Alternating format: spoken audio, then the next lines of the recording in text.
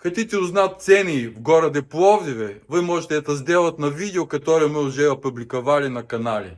А что такое Пловдив? Пловдив имеет 8000 историй. Один из древнейших городов мира и Европы. Город, который расположен на 7 холмов, и город, который является одной из короны завоеваний Филиппа II Македонского. И в его честь был назван город Филиппополис.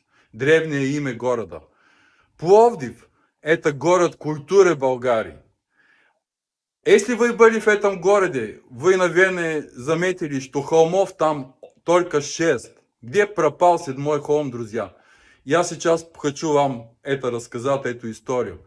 7-й холм во время конца 19 века, начале 20 века разобрали полностью. Он был расположен примерно в центре города. Из-за хорошего качества его материалов. И начали строить улицы города. Очень много улиц города Пловдива построены из этого холма. На его место построены площади, построены новые здания. А в 2011 года, друзья, Пловдив решил на имени Марково ТП, так называли его этот холм, Марково ТП, построить маленькую площадь в центре города и назвать ее 7-й холм.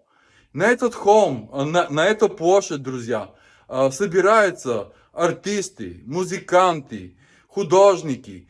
И это площадь, которая соответствует названию города Пловдива. Это культурная столица, друзья, Болгарии.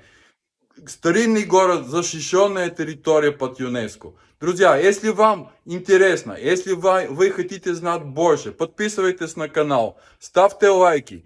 Можете подкрепить канал, если вы хотите. До скорого и жду вас на следующем видео. Пламен, Safe Home Bulgaria.